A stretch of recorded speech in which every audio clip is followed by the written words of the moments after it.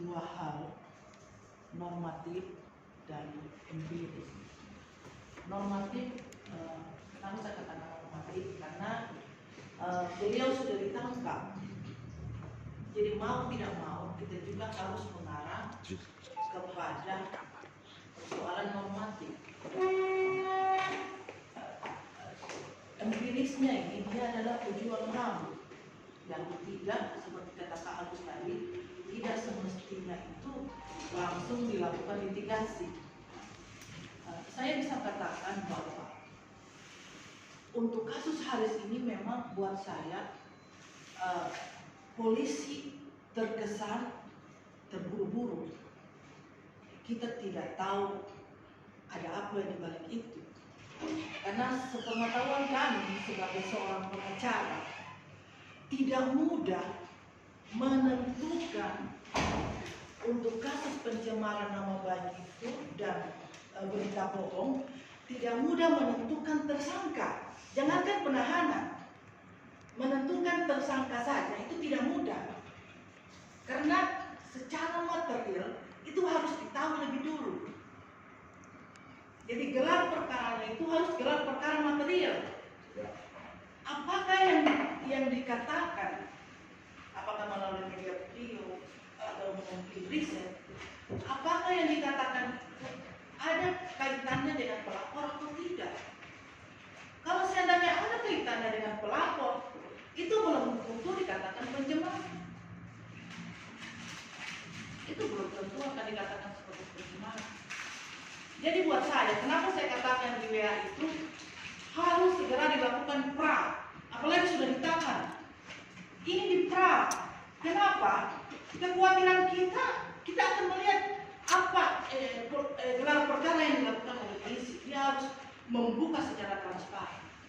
Apakah ada materialnya di situ atau hanya formil?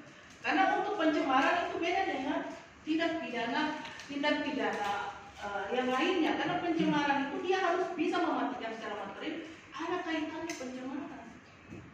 Bukan hanya tersangka dan penahanan itu hanya dikatakan yang memiliki dua alat bukti formil. Tidak bisa. Tidak bisa. Jadi saya katakan kepada teman-teman yang hadir, kita harus ya, karena saya kan saya katakan bahwa saya paling tidak suka dengan kondisi seperti ini. Kami selalu berjuang untuk orang-orang yang teraniaya, apalagi itu ya kita katakan bahwa Pak Luhut itu adalah orang yang paham, orang yang mengerti bagaimana tentang situasi negara ini. Ini ada dua yang kalau saya lihat di Indonesia ini, yang paling fatal persoalan ini adalah Papua dan Morowali. Sekarang saya lagi meriset tentang masalah nikel Morowali. Jadi mungkin kawan-kawan di Jakarta sedang meriset masalah Papua. Kami mungkin bagi tugas. Karena buat saya persoalan tambang ini adalah persoalan yang sangat hati-hati. Dan dari riset saya, masalah nikel itu saja, saya sudah melihat bagaimana campur tangan Jakarta begitu besar. Itu riset saya. Jadi saya sangat yakini di Papua itu ada yang ditemukan. Ada yang ditemukan. Nah, ini yang saya katakan bagaimana teman-teman meminta kepada Haris untuk segera diizinkan untuk melakukan pra. Harus diizinkan untuk melakukan pra. Kenapa kita harus melakukan pra peradilan? Karena yang kita inginkan, kita mau lihat. Bagaimana kawan-kawan? Kita mau lihat. Ini polisi ini melakukan apa? Kenapa orang langsung tiba-tiba ditahan? Bagaimana hasil gelar perkara? Itu harus kita lihat. Kenapa mungkin Agus mungkin bisa dikatakan ke Pak Haris bahwa jangan, kita harus pra. Walaupun memang kita misalnya kalau ada keinginan Jakarta untuk menghadirkan aktivis HAM nasional, internasional, itu lain karena negara kita ini tetap dia sudah melakukan normatif litigasi. Jadi kita tidak boleh main-main, kawan-kawan kita ini Pak. Tindakan, menurut saya tindakan paling efektif itu kita harus melakukan peran dan tidak ditambahkan oleh teman-teman yang ada. Saya rasa cukup sekian dari saya. Assalamualaikum warahmatullahi wabarakatuh. Terima kasih Bu Ketua. Jadi silakan teman-teman yang lain menanggapi atau mau ditambahkan ada yang mau disampaikan lagi. Saya testimoni saja. Ya. Saya lagi pikir-pikir tentang berbagai survei. Apakah ada inherentnya dengan apa lokataru peneliti lokataru dengan testimoni saja yang dianu itu.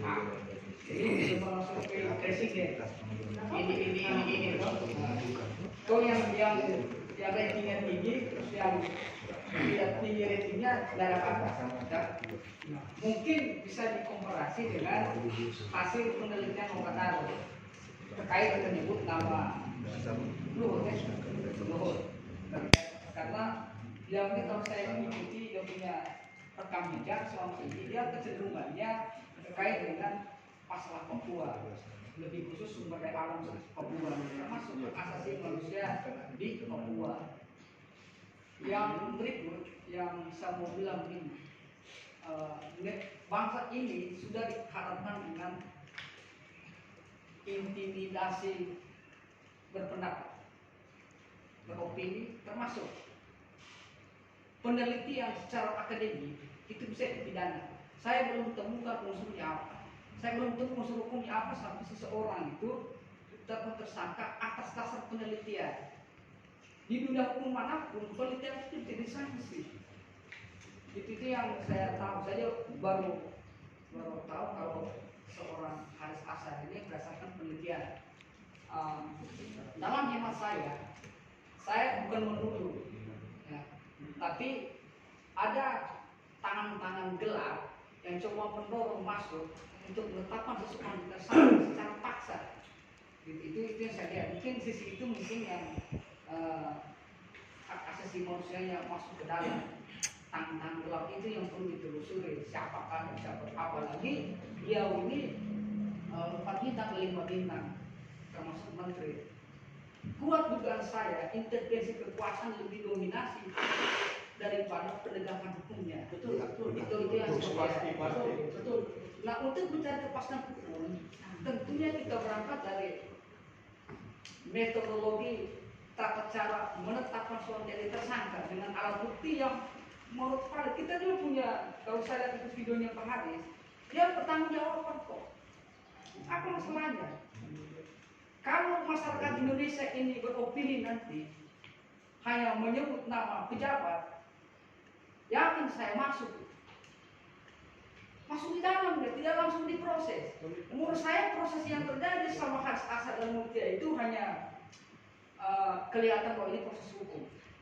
Tapi seuianya memang ada tangan-tangan lain yang coba memaksa Haris dan Fathia sebagai tersangka. Itu menurut saya, dan pandangan ini bisa diteruskan oleh teman-teman. Tapi saya sepakat apapun putusan hari ini, ketika kita melanjutkan satu putusan strategis, itu bagaimana mengawal kawan kita saudara Haris melakukan Fathia.